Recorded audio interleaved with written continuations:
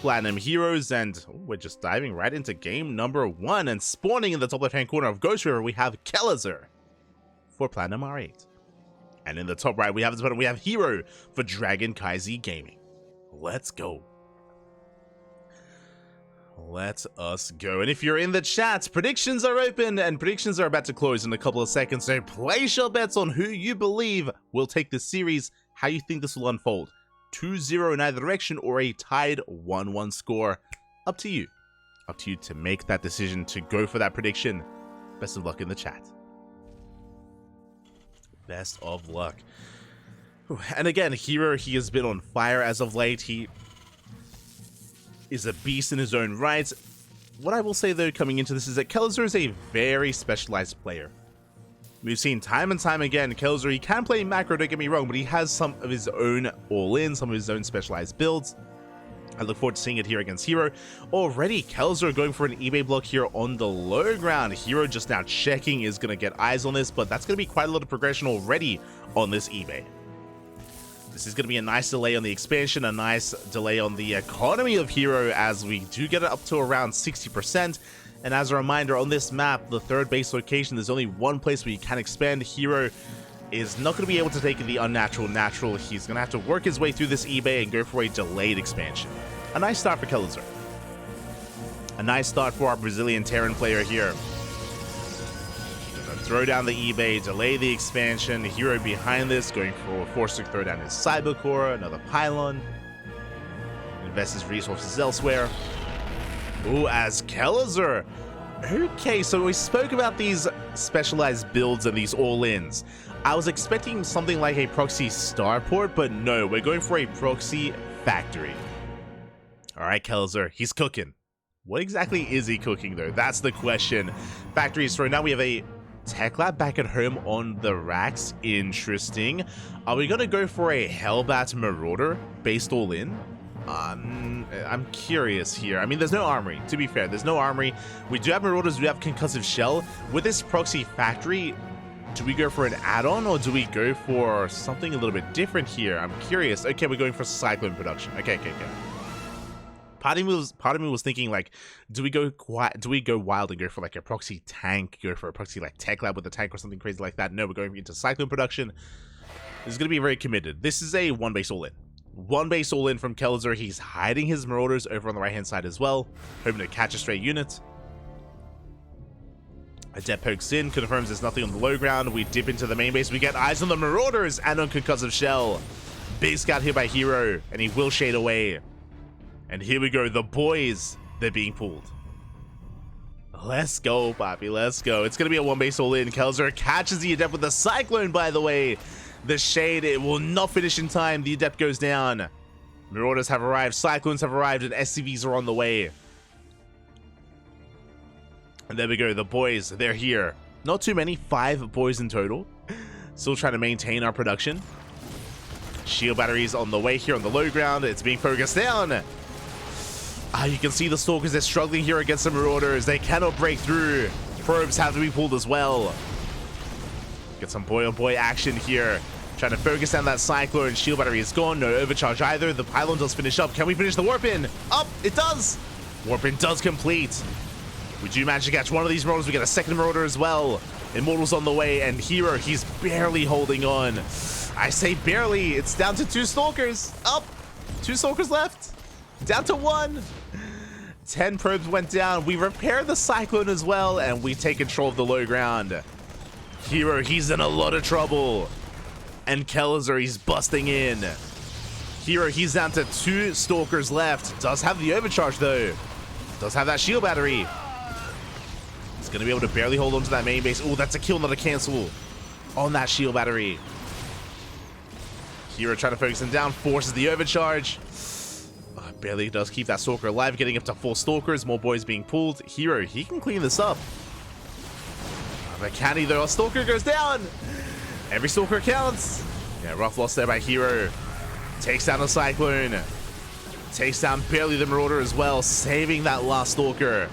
Oh, the SCVs, they go for it. Oh, they don't get the Stalker. Hero holds. Whew. Hero barely holds on. Robo still up and running on the low ground. Going for another warping of Stalkers. And remember that Kelazhur did pull a couple of boys as well, so we also lost some workers. Kelazhur still has a worker lead, 24 SCVs to 23 probes.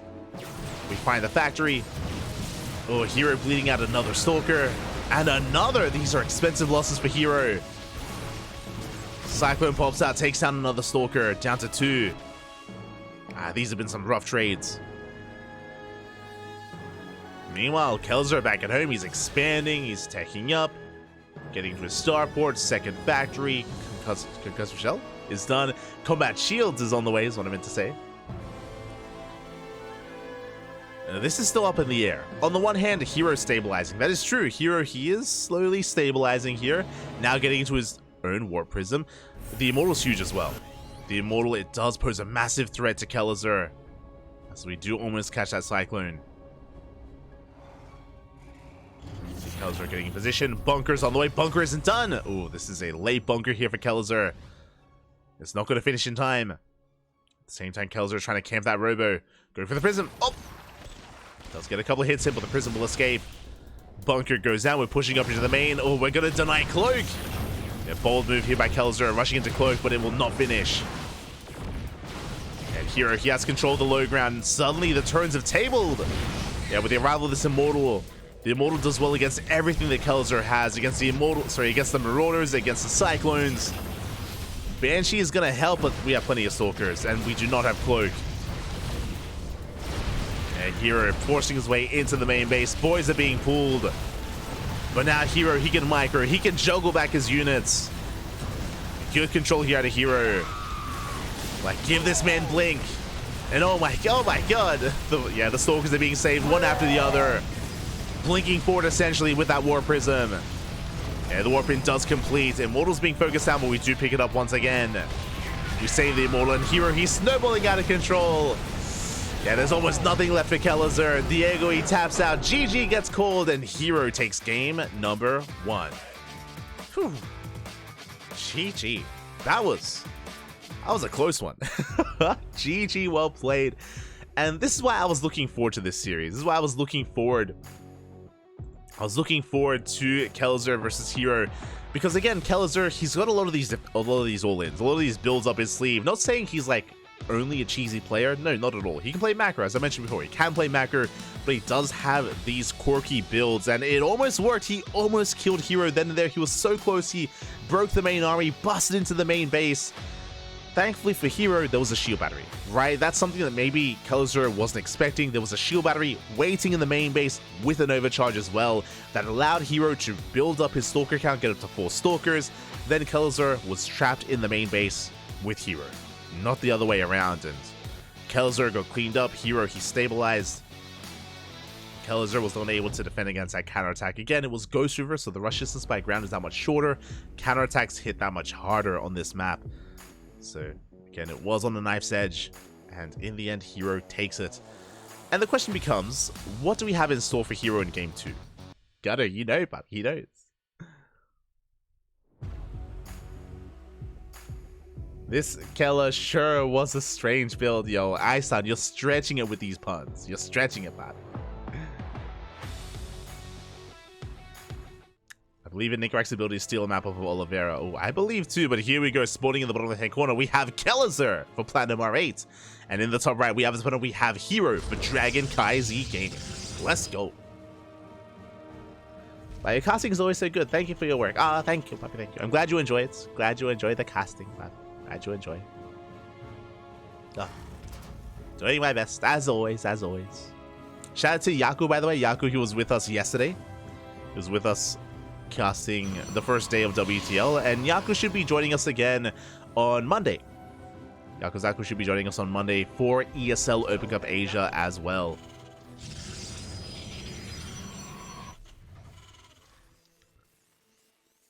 Should be there. Just being joined by some of the other Ducklings.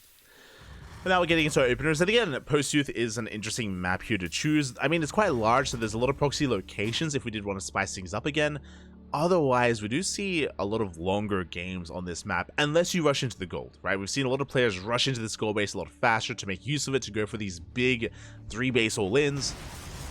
You don't see it too often in this matchup, though. So I'm curious. I'm curious how this dynamic unfolds and what Kelazhur brings here. against Hero.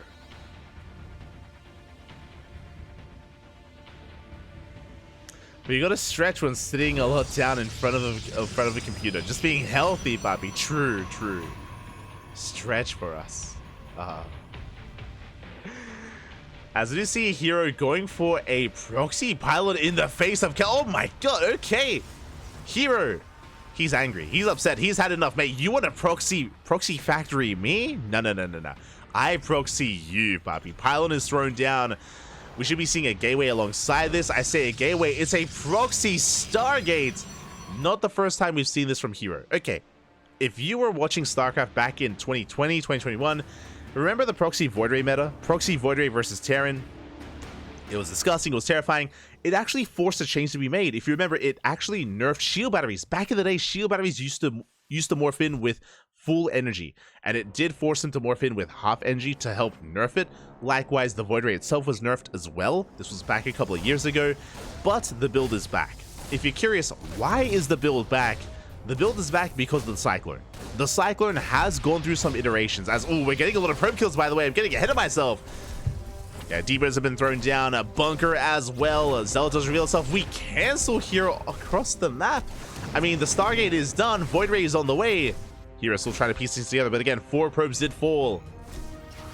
That's some good damage dealt by Kelazhur. But again, quickly going over it, the reason why Proxy Void Ray has made a return with shield batteries with additional Void Ray production, and there we go, shield batteries are on the way, is because the Cyclone is now quite a bit different. Now the Cyclone, the lock-on isn't as reliable, it isn't as potent as it once was. Likewise, its range isn't as large as it was back in the day as well.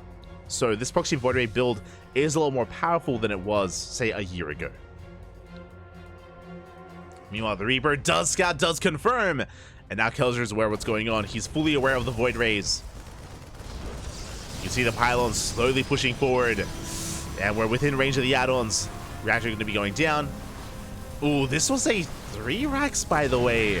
Uh-oh. I was talking about how Cyclones have changed and Cyclones have been nerfed. There are no Cyclones at all. There's no factory. Kelazhur going Mass Marine. He is going to Stim, and Stim is in production, by the way. That's going to be a big moment. Okay, if Kelazhur can survive and maintain a high Marine count and get into Stim, he can shut this down. Potentially. But that's a big risk here. And again, without Cyclones, without Vikings, these Void Rays, they can have their way with at least the initial production. Marines are poking in. Oh. Forcing back Hero. Stim halfway done. Boys are being pulled. We're trying to break this. The shield battery does finish up in time. Marines pushing forward as well. The shield battery is running out of energy, and the Void Rays, they take a lot of hits, but we have a backup shield battery behind this. And we do maintain ourselves. But the Marine count, it looks like we may just have too much. Yeah, good stutter stepping here by Kelazhur. He does not get the Void Ray. Oh my god! The stutter stepping from Hero. Yeah, out controlling the Marines. Every Marine goes down. The SCVs as well. And Hero, he shuts this down. And anti-timing before Stim finishes. We shut down the Marines. And Kelazhur, he's hurting right now. Again, he pulled so many boys with this. So many workers. So much lost mining time. And the Void Ray count, it's getting higher and higher. We have a sentry. We have a force field available. And we can no longer rush down this ramp. Aye. Yeah, and with that Hero, he's just camping the production, focusing down more SCVs. Voiders are getting low, to be fair. And Stim is now done. But look at the Marine count. That's the problem right now. He threw away, Kelazhur threw away so many Marines earlier. And now what is Stim doing for him? Nothing. He has to build up. He has to build up again. Is the problem. He has to wait and build up his Marine count once again before pushing. And it's gonna take too long. Defense are going down. You can see Hero leapfrogging his way into the main base. With these pylons, with these shield batteries. Bunker goes down. We do have a decent Marine count. We stim in. We go for the stim. We do focus out. Up. 1. Not even. Oh my god. Not even 1 Void Ray. 0 Void Rays go down. GG gets called. And Hero takes the series 2-0. GG. Whew. Floppy. Oh my god. GG, well played. Hero, very nice stutter stepping here with his Void Rays. Again, with that first push out, Kelazhur almost got it. He almost caught that first Void Ray, and with one Void Ray going down, it would have snowballed out of control from there, but here he barely held, and it was so unfortunate there that Kelazhur had committed the way that he did. With that commitment, with the failure of that breakouts, that was game. That was game in favor of Hero then and there. GG, well played. An unfortunate build as well from Kelazhur. Typically, for those that are curious, how to deal with Proxy Void Ray is with Viking production. Is if you open up 1-1-1, then you can get into Vikings, but it was a 3 racks build out of Kelazhur, so no Vikings available, no Cyclones available either.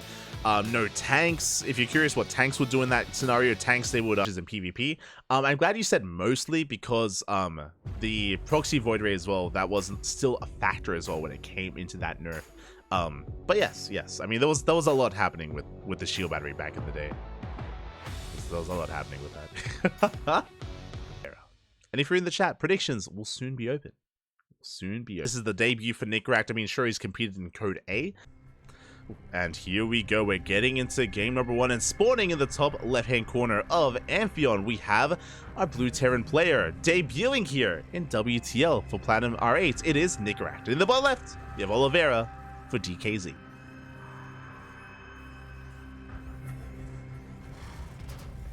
Early game tank and mine pushes kind of Shrek toss. Over the past, I want to say 2 months, maybe a month and a half, there has been a popular build, which is a tank Banshee all-in on 2 bases. Looks like we have some ping issues. But there has been a popular build as of late, which is a tank Banshee based all-in. If you remember, Clem did it last week against, Clem did it against Firefly. I think it was 2 weeks ago. Clem did it against Firefly. We've seen Bjorn do it. I think Bjorn did it in ESL Open Cup Asia against Hero. Who else did I think Oliveira's done it. There has been this like tank Banshee based all-in that's been prevalent, but it's been very hit and miss. When we first saw it, I want to say like a month and a half ago or 2 months ago, it was quite potent. It was very potent, very powerful, but very quickly over the past couple of weeks, like Protoss players have kind of figured it out, and they've adapted to it as well. So if you have been watching PVTs as of late, you would have seen builds like that fall on their face more often than not. And that's usually how things go, where like an all-in becomes popular and then it has success, and then because it's so common, then players get used to it, and then it kind of loses its success rate and it becomes weaker, and then kind of other all-ins kind of rotate it instead. It doesn't just happen in PvT, but it happens in a lot of matchups. It's been happening a lot when it comes to DTs and PvP as well recently, where like a cheese can rise and then fall.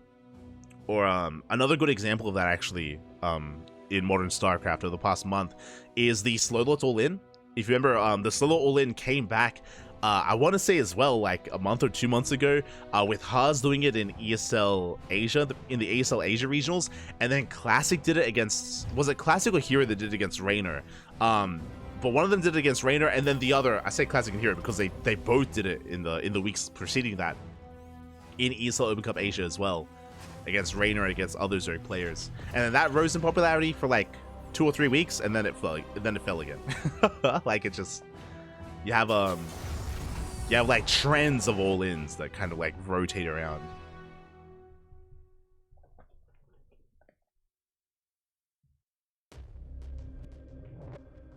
Because again, it's been a couple of weeks since we've seen that as well.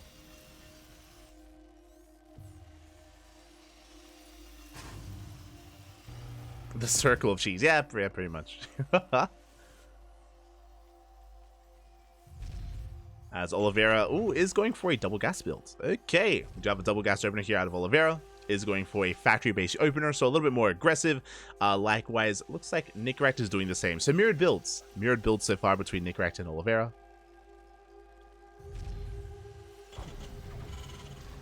I watch every single SC2 tournament, and my experience has been the exact opposite. Every toss gets cheese out of tournaments by these Terran builds. I don't think you're watching every StarCraft tournament. That's your takeaway, Bobby. Smurge. We don't have to talk about Hero at IM Katowice. We don't have to. That was Smurge, Bobby. That was Smurge.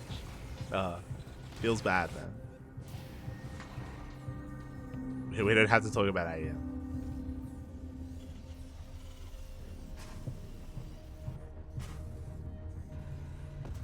But yeah, from here, we're getting into our 2-base setup. Likewise, so is Nicoract. He looks nervous on camera, though.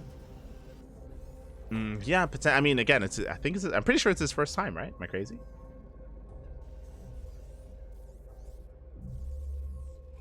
I think we thought for a while that the proxy builder would be forever. Dark times, Papi, dark times. So do you see Oliveira going for his initial drop across the map, moving out with a Cyclone with 3 Marines and a Reaper. Ooh, Nicoract, I think he barely may have missed that with his Reapers, as he also does move out, going for his own drop as well. And the ships, they do pass here. They do pass by each other. Nicoract quick to respond. Does double back, thankfully. Oliveira getting the first couple of shots off here on the medevac. Medevac does go down. And Oliveira, he will escape. Nice pickup here from Oliveira. Good moves.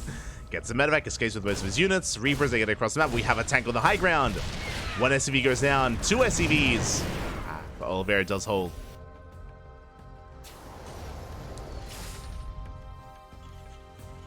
Oliveira does hold on here. And so far, a better trade, a better start for Oliveira. Getting a medevac. Only getting 2 SCV losses. Does maintain himself. And because he still has his own medevac, he can still threaten his opponent. Opts to stay at home. Opts to stay back at home, topping himself back up. Ooh, and getting into more drop play. This I was not expecting. That's 2 more medevacs in production. Oliveira. We're going for a 2-base push. And this is quite committed as well. Yeah, we're just going for a Doom drop. Let's go. Everything has been loaded up and we are boosting across the map. And Nicoract does not spot this. Again, usually he would have Reapers. He'd have a Reaper on the main attack path. He'd have it on the right-hand side. We'd have something to scout. But Nicoract, upon losing those Reapers, he sees nothing. And here comes the Doom drop right into the main. And Cyclone's being focused out. We siege up. We camp the production. We have the high ground. And Nicoract completely out of position. He has to pull the boys. Does disable one of the tanks. Does get the disable up. SCVs, they do collapse on top of the tanks, and we will clean this up. Whew, that could have been so much worse. Again, the disable did so well for Nicoract, and he only lost 3 SCVs. Good cleanup. Good cleanup from our blue Terran player. Oliveira has to back up. Has to retreat.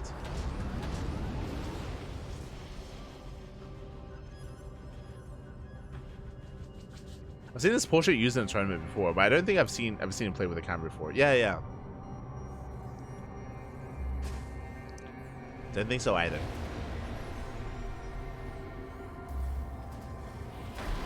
As we do dive on top of the tank, so far good move here by Oliveira. He will get a tank, but trading a tank for a tank. As I say, that looks like we barely did load up.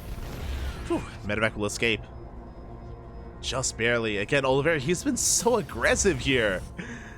And what this is doing, even though Oliveira, he's trading back and forth, and earlier he did lose 2 of those tanks, he is containing Nicoract. He's keeping the tank out low, he's containing him to 2 bases, and Oliveira behind this is expanding, taking a third.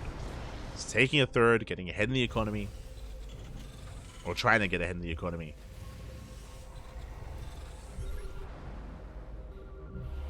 Again, it is on a knife's edge.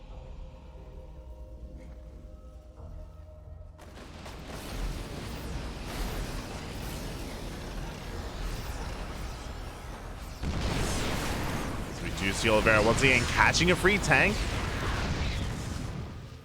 Nicoract not quite able to keep up with the movement here of Oliveira.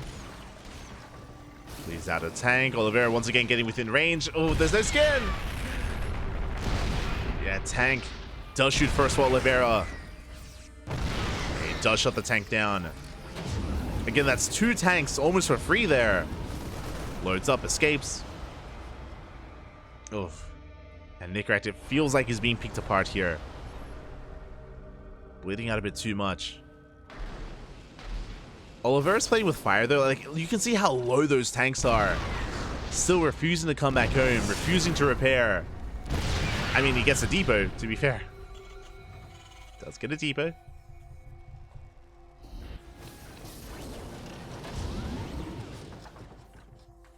Rotating around once again. Nicoract this time in position. This time Oliveira has to back off.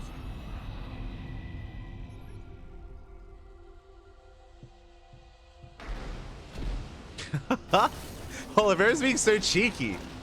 He's trying to bait the army in. Shells to tank volleys. Yeah, big volleys here on the Marines, but the disables. The disables just in time. We do focus on 2 of those tanks. Good pickoffs there by Nicoract, punishing Oliveira, finally getting those 2 tanks. But Oliveira now takes a worker lead. He's got his 3rd base, taking a supply lead as well, soon to be. Does feel like Nicoract has been on the receiving end of Oliveira here for a little bit too long, as Nicoract finally breaking out, going for a zone drop across the map. He's had enough. He gets into the main, takes control of the production as well. A lot of Marines going to be going down, going for combat shields. I'm just a concussive shell. Doesn't like combat shields. Boys being pulled away at the same time. The main armies do clash. Oliveira, his tanks getting caught out, bleeding out every single tank. Good moves by Nicoract. And how many SCVs are going to be going down as well? 20 SCVs. Oh my god. 20 SCVs fall. Not like this. 22 SCVs even. And the Marines, eventually they're going to be cleaned up, but again, they have been worth it. A solid trade by Nicoract, and he is bouncing back, taking a worker lead. And now he can take his 3rd. It's been delayed, but finally it's on the way. Nicoract breaking out. He also killed 3 tanks across the map. Oliveira is hurting. Again, that sensor trap finished up just 1 second too late. Did not give him the forewarning he needed. Now, Oliveira still maintains his Viking lead. Bear that in mind. Still has all those Vikings. Does support the main army. Rotating around. Vikings leading the charge, going for some medevacs. Speaking of, we catch 1.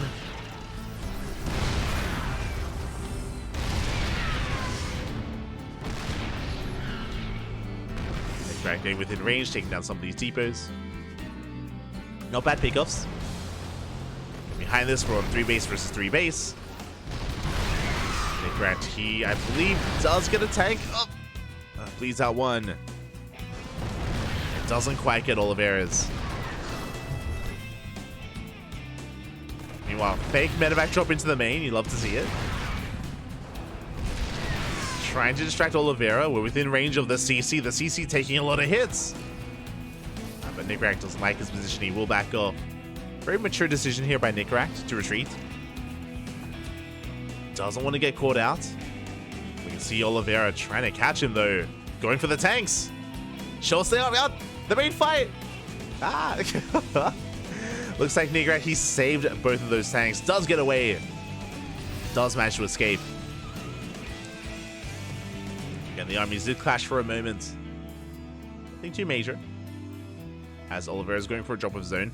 Ooh, Nicoract does not have a tower. He does not have a sensor tower in his main.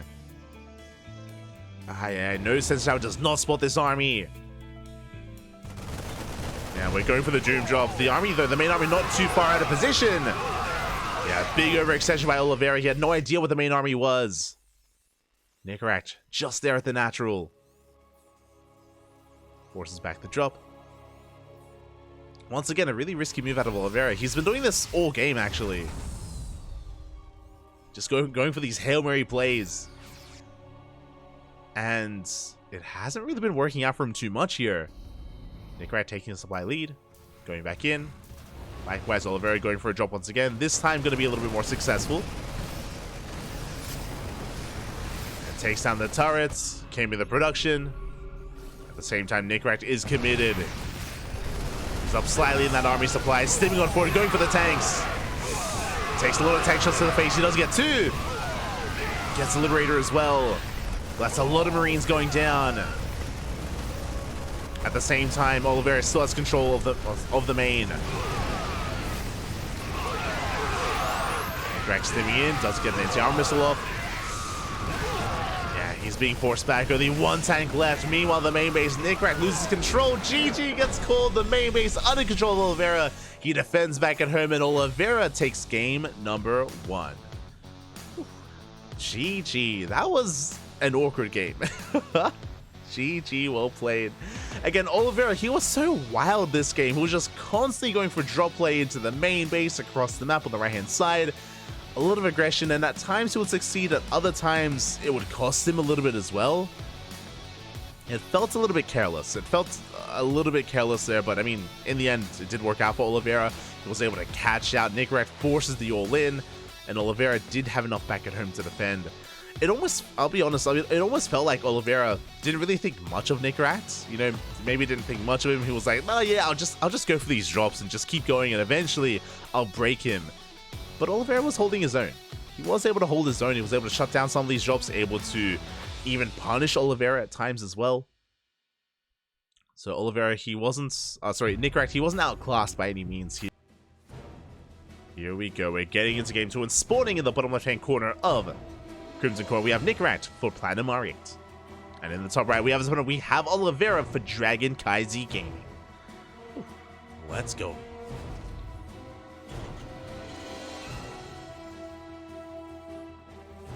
Let us go. As again, Oliveira, he was playing very drop heavy in that last game. Not just drop heavy, but also, of course, with plenty of air control as well, to allow himself to go for said drop play.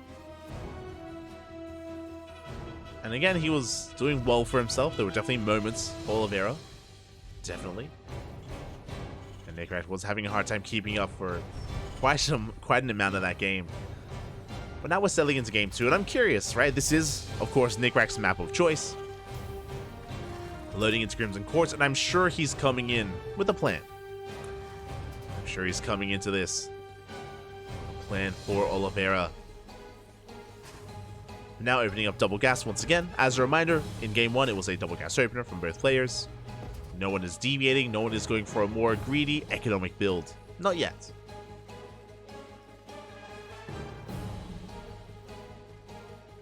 Oh my god. Oh, that's unfortunate. As of course, you know, when it comes to these online events, they're so harsh on Oliveira, Bobby. They're so harsh on him every time. And to be fair, it's because he's one of their own. Like, I understand they have like a good relationship and they're good friends, but they're so harsh, Bobby. I'm sure it's also one of those things that because he's like, you know, also one of your own and also representing you, that you'd be a little bit harder on them as well. I'm sure that's also maybe a bit of a factor. But here we go. We're getting back into this. Looks like the ping has resolved. Looks like any kind of latency issues have cleared up. And again, if there's ever any more, then we're more than happy to pause and, you know, allow them to settle down. Sometimes it's just a, you know, a bit of a lag spike at the start of the game and then smooth sailings from there. And hopefully that's the case here. As we're settling in, we do have our natural bases on the way. Again, it was a double gas opener into a factory, into a CC. But we are deviating our builds. Oliveira opening up Cyclone. Meanwhile, we have Nicoract opening up Hellion Reaper instead. Okay, going Reactor Reaper Hellion. A little bit more of an aggressive build here from Nicoract. We're going to snowball out of control. Basically, he's building up towards initially 3 Reapers. We could go up to 5 Reaper production. 5 Reapers and 3 Hellions. Move out across the map and try to focus down the units. Try to bust in and get some economic damage done as well. Essentially, Nicoract is going to be the aggressor here. At least initially. Meanwhile, Oliveira opening up Cyclone Drop instead. And I was curious with how many Reapers we were going to make. It isn't just 3 Reaper. There we go. We're going to 5. 5 Reaper, 3 Hellion here from Nicoract.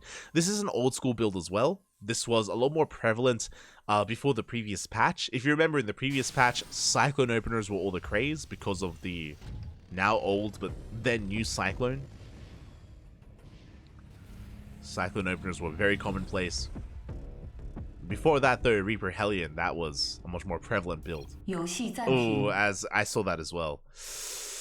I did notice that lag spike, and clearly our players did notice it as well, so looks like we do have to have a bit of a pause. Let's go. I mean, again, we're kind of nearing the end of the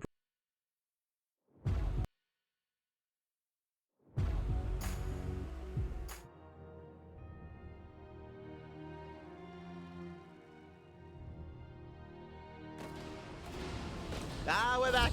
Oh, God.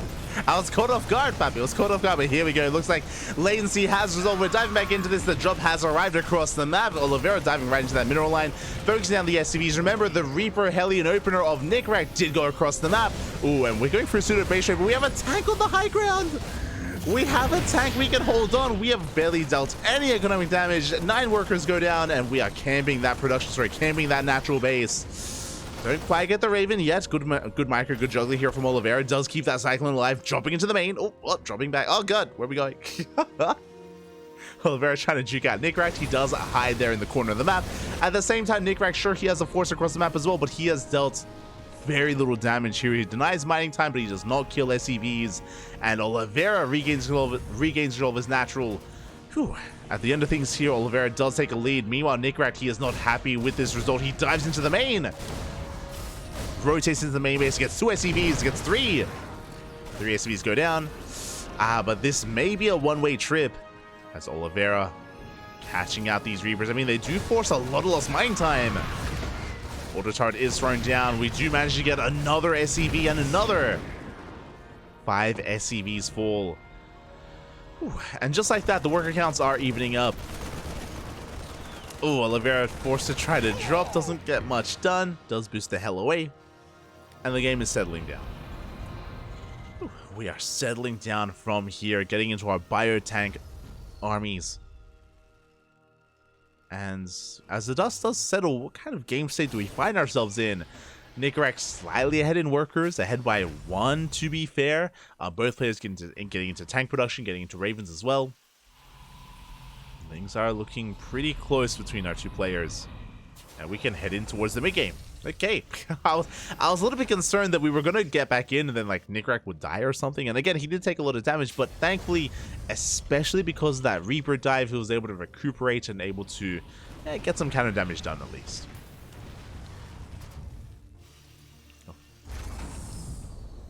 From here, we're settling into our 2 base setups. No 3rd CCs yet for the time being.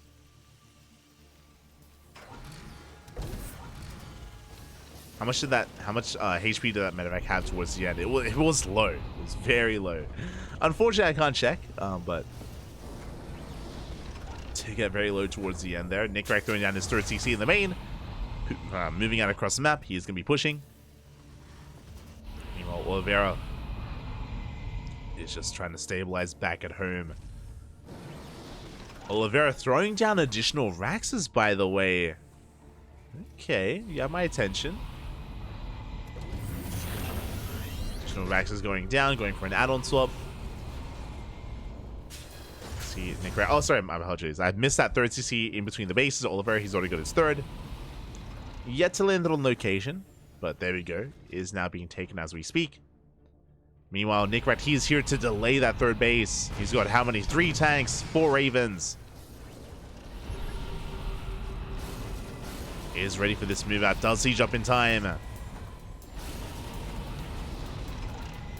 And Oliveira, he cannot expand. Not yet. Forced to back up.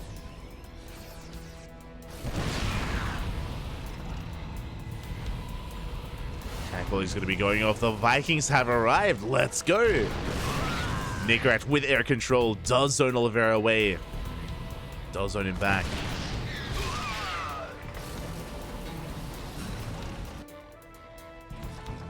Nicoract, he does back off. I mean, from here, his goal, if you remember, was just to contain, was to delay the expansion.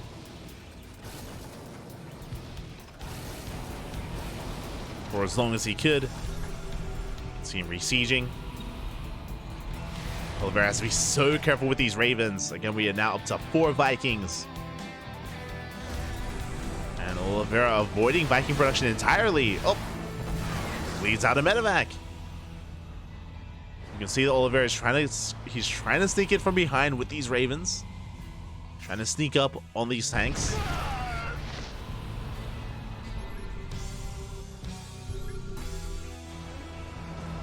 Oliveira going for a scan. Vikings, they push forward. They catch another medevac. Nicoract, Bappy, getting a lot done here. 2 medevacs essentially for free.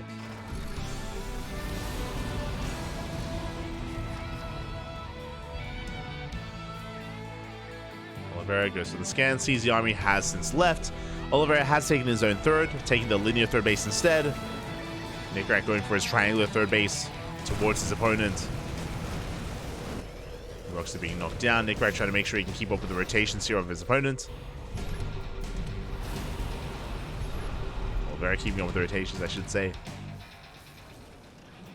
And Nicoract, he will back up. Is the first to siege. Ooh, but the counter disables here on Nicoract. We still on forward, every single tank disabled. There only one tank in the back line. It looks like Oliveira, he's barely breaking through. The tanks are about to run out of stasis. They break free.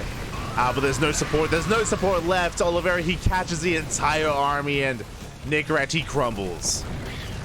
He crumbles before the might of Oliveira. GG gets called. One fight is all it took. Again, the disables, they were brutal, and Oliveira takes the series 2-0, and Dragon KaiZi Gaming will win this Team League match. GG. GG, well played. Whew, DKZ will take the series here. It's first to 4, and DKZ, they do get enough wins, but we will still host that final best of 2. Goblin versus Jieshi is coming up next. GG, well played. Again, despite Nicoract having that air control, despite him having all those Vikings, and even though he did catch some medevacs, he was still unable to really capitalize on that and get on top of the army itself. Did delay the third base, he was rotating around, but again, that was just a really awkward position to be caught out on there for Nicoract. The Ravens did sneak up on him. It was the role of those Vikings to make sure that those Ravens were not able to get close. They were not able to get on top of that army. But again, Oliveira did outposition Nicoract there towards the end and had the most ideal fight. But that, congratulations. Congratulations here to Oliveira. Whew, a good showing here by Hero and Oliveira, but it still comes down to what comes next here. I mean, I say comes down to, we still have this PvP, and Goblin can redeem himself, he can redeem his team. And what I will say is that Goblin has been looking impressive as of late. Goblin has been looking very impressive. Looking back here as of the past couple of weeks, it was in week 1 where Goblin 2-0'd stats. He 2-0'd stats. Very impressive stuff here. I mean, stats, he's still like finding his footing. Like stats, he's still returning to competitive play and has been kind of working his way up the Korean ladder once again. And I mean, stats has been looking good, which is why it's impressive that Goblin did bring him down. So I do have some expectations here for Goblin. Likewise, though, sure, Goblin may have taken down stats 2-0, but at the same time, Jieshi was also able to take down Showtime 2-0 as well. So both Goblin and Jieshi, they've both had these kind of big moments in WTL already. They've both caused their upsets. How do they compare to each other? That's the real question. Personally, I have a really hard time judging. Like, I feel like an easy bet would be like a 1-1 score between Jieshi and Goblin. For anyone to go 2-0 in either direction, like, that's a bold move, and I mean, it's gonna be a bit of a gamble here. Like, who takes it in the end? Goblin or Jieshi? I'm going for like the safe 1-1 prediction, but let's see who is spicy out there, who has confidence to go for a 2-0 for Jieshi or Goblin. Best of luck. Best of luck. Speaking of, oh my god, the predictions in Discord. Pretty even, actually. For a moment there, I saw like the big favorite 2-0, which I think that was for Oliveira previously. But yeah, so much there going for the 1-1, 75% even. But here we go. We have Goblin for Platinum R8, and in the top right, we have Jieshi for Dragon KaiZi Gaming. But quickly just double checking. Okay, in these predictions, it was 75% in favor of the 1-1 score, and we had, yeah, 12% in favor of 2-0s in either direction. Okay, so the majority for the 1-1. I can get behind that. I can understand that logic.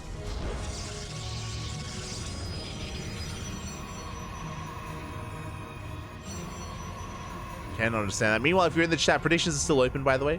Predictions are still open. Place your bets.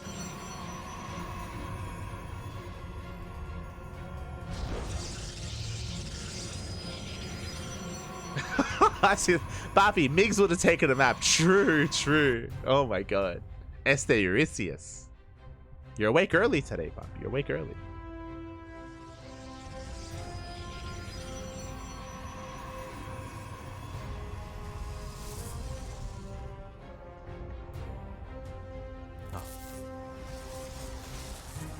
Here we go. We're settling into our PvP. So far, we do have 2 gate openers here from both Jieshi and Goblin. They are on the way. Standard builds for the time being as we are loading into Alcyone. But we'll see if either player decides to spice things up and be that much more aggressive here. Let us go.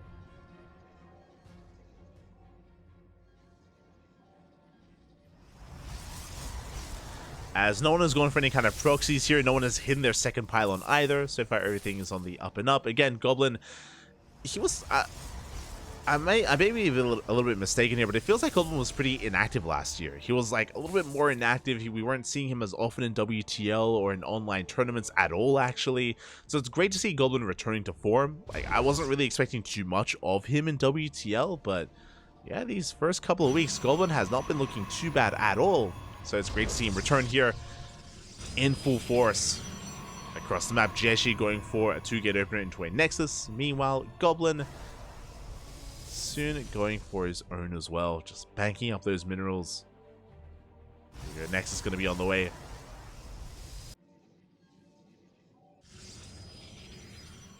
Has been thrown down. Again, Jieshi actually skipped a unit here to afford a faster Nexus, so a little bit of a greedier build from Jieshi to skip that initial unit. Essentially, he skipped a Stalker. Meanwhile, Goblin did play it out a little bit safer here with a Stalker of his own, going for his hallucination scout, trying to get a read on the tech. Speaking of the tech of choice, it's going to be a Robo Opener here from Jieshi. And from the side of Goblin, the same. So far, mirrored builds. Getting into our Robo Openers, which gives us access to detection with the Observer. Can get into Immortal production as well. We are going to be settling in.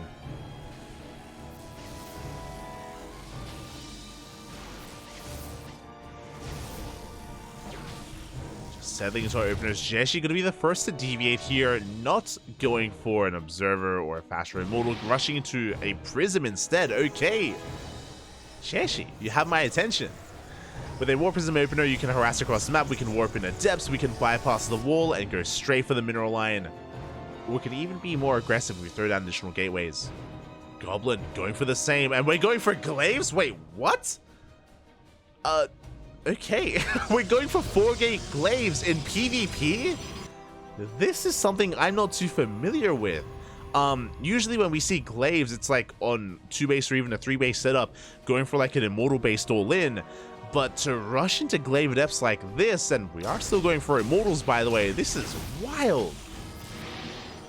Alright, Jieshi, show us what you got. Meanwhile, here comes the initial Adept harass. We can see Goblin going for his own Twilight Council a little bit later, going for his own Immortal production. Goblin is pushing through the center. At the same time, though, Jieshi going for the main, and 2 Adepts do one-shot probes.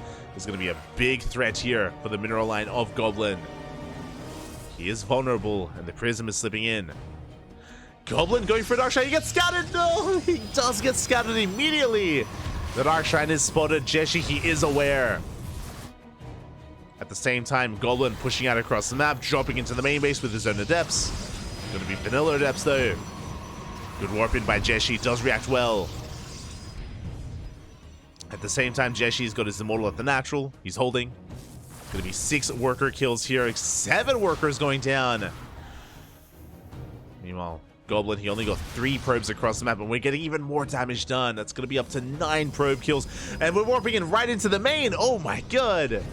No fear from Jieshi, forcing the recall as well. And we're just racking up those kills. 12, 13, 14, 15, 16, 17 worker kills. Oh my god. 18. He's not stopping. Someone stop this man. 19 probe kills over a mineral line. From here, he could even go for some sentries. Does focus on the Stalker there for a moment. And oh, the Prism is stuck. Oh, the Prism goes down. Big pick off. Whew. Thankfully, Goblin does get the War Prism, but honestly, it's paid for itself. The War Prism and those Adepts did pay for themselves. 19 probe kills and a recall. Aye, aye, aye. And just like that, Jieshi does take a lead. Bearing in mind, both players have been building up their immortal count. Has been neck and neck. Jieshi does have to reinvest into this War Prism. Here comes the DT Harass. Remember though, we did scout the Dark Shrine. Does Jieshi have detection, by the way? Did he click on that Dark Shrine? I'm hoping he did. I'm not too sure where the observers are. Go War Prism into the main. Jieshi committing across the map. Where are those observers? That's what I want to know. As Goblin does split up his units. There we go. There is an observer parked in the main base. No observer at the natural, though. We will defend the main. But again, the natural base is exposed. Oh, never mind. Never mind. We have an observer for both bases. We're perfectly fine. As long as we have an army, as long as we have some units. That's going to be 5, 6, 7. Oh my god. 7 dead probes. Not bad. It could have been better, definitely. But despite scouting, Jieshi wasn't quite able to have the cleanest defense. But he's focusing on his offense instead. Here we go. The Adepts, they have warped in. 3 immortal versus 3 immortal. We have the shield battery. We have the overcharge. Can Jieshi break this?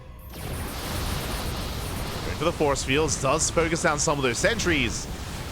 Decent juggling by Jieshi. But ooh, 1 immortal goes down. And there's the overcharge. Yeah, Goblin will hold. He will hold on. That was a lot of spent force fields. Jieshi has to wait out the overcharge. War Prism coming in, so Goblin, he can micro himself. Can soon help juggle his own immortals. And we're going to be committing. We commit to the shade. Here we dive on the army. The immortals a little bit late to react. We're diving on top of the immortals of Goblin.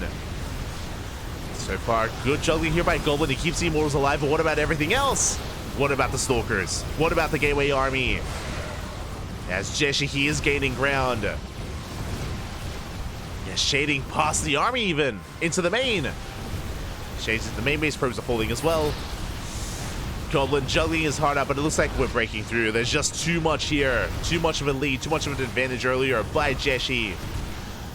It breaks through the defensive line. The Adepts, they overwhelm the Stalkers. We have an overcharge, but even that is not going to be enough. As you can see, Jieshi rallying even across the map. GG gets called, and Jieshi Glaives was crazy, by the way. Something you don't see too often at all in this matchup. 4-gate Glaive Adepts it worked wonders. Remember, we killed 19 workers. That was crazy how much economic damage we had dealt. From there, we focused and we worked towards our push. Unfortunately, the Dark Temple, I mean, yes, they did kill some probes. That is true. We were able to kill, I think it was 7 workers. As now we are diving into game number 2 and spawning in the bottom right hand corner of Oceanborn. We have Goblin for Platinum R8. And in the top left, we have Jieshi for DKZ Gaming. KaiZi. Here we go.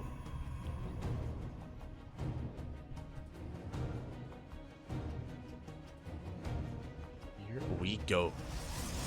As again, the pressure is now on Goblin to bounce back. I mean, I say the pressure, you know, in a way the series has kind of concluded already, but I'm sure Goblin wants to bounce back for himself, for his team. Redeem himself, if at all possible. But Jieshi has been a beast in PvP. Again, if you've been following Jieshi, you would know that he has taken down not just Showtime as of late, but some of the best Protoss players in the world in these online weeklies. If you look at a bracket of ESL over Asia, for example, it is not uncommon to see players like Jieshi or Firefly or Cyan take down some of the best in Korea, like Hero, like Creator, like Classic.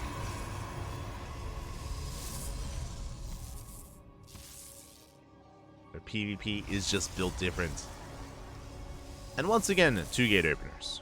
We have a 2-gate opener from Goblin, 2-gate opener from Jieshi. So far, mirrored builds. We'll see if we hide any pylons. We'll see if we try to fake out a proxy or commit to a real proxy.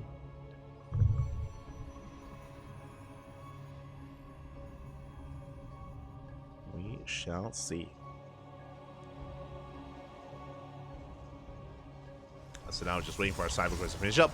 Pylons have been thrown down, so no proxies whatsoever. All the pylons are where they should be, and both Goblin and Jieshi have confirmed this.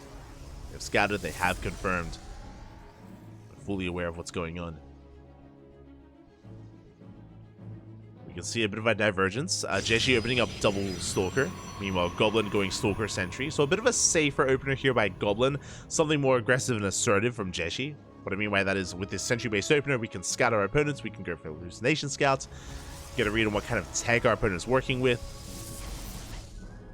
But Jieshi will have the kind of army lead or the DPS advantage going for a Stargate opener. Okay.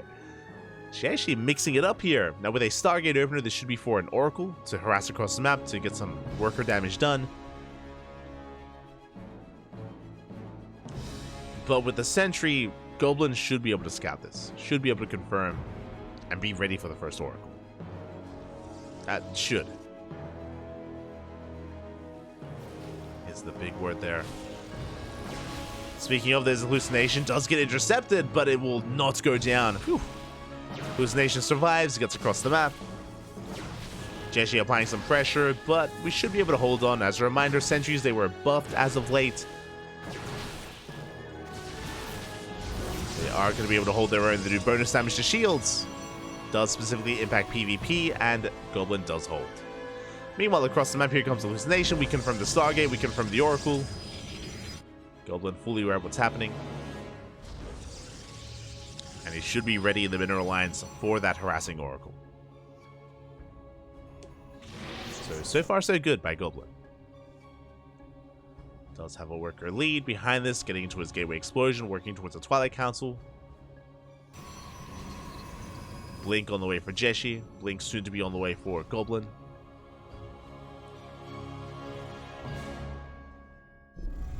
As the Oracle doesn't quite find much here. Threatens the natural, but Goblin is perfectly safe and sound. And does have that worker lead. And Goblin even throwing down a proxy gateway across the map. Okay. As he moves out, the Oracle does punish him a little bit here, as we do get almost 2 probes. Well, he does get those 2 probes. But Goblin, he doesn't turn around. Doesn't turn around, he's going to be committing. I assumed it was going to be a proxy gateway, but no, the gateway was thrown down back at home. So it's going to be slow warp-ins here for Goblin. But he is reinforcing.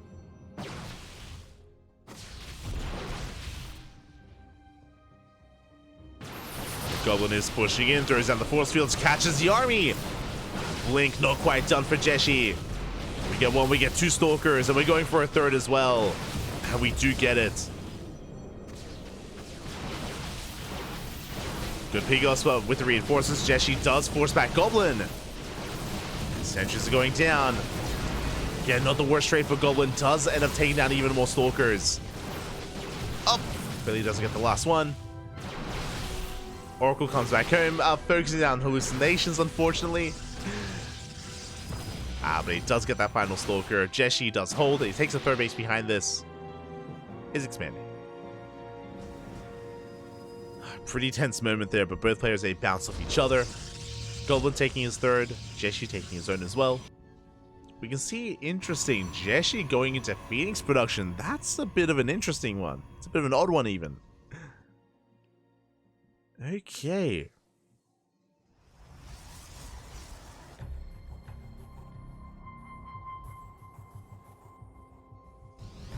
Only going for the 1 though. Okay. I was curious if he was going to be banking up Phoenixes.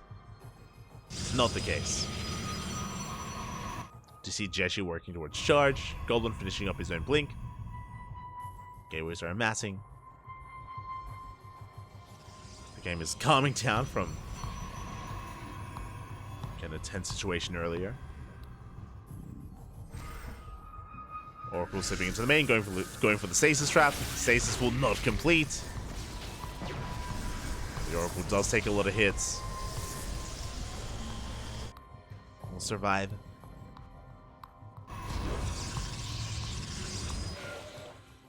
And both players are heading in similar directions here. I mean, Jieshi feels 1 step ahead when it comes to tech. I mean, did have the faster 3rd base as well. So slightly faster 3rd, slightly better economy, getting into +1, charge. Goblin once again going for Dark Templar. We saw this in game 1. Dark Shrine is on the way. And to be fair, DTs can work wonders, but We'll see. So far, the Oracle goes down. We have hidden the Dark Shrine, still yet to be scattered.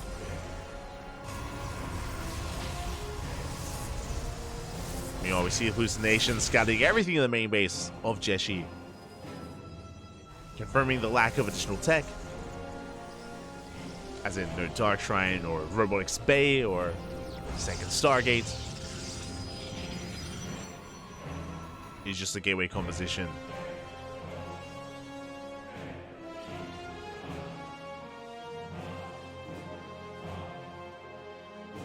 Jieshi getting ready for his move out. Dark Shrine about to finish. Bearing in mind that Jieshi has not scattered.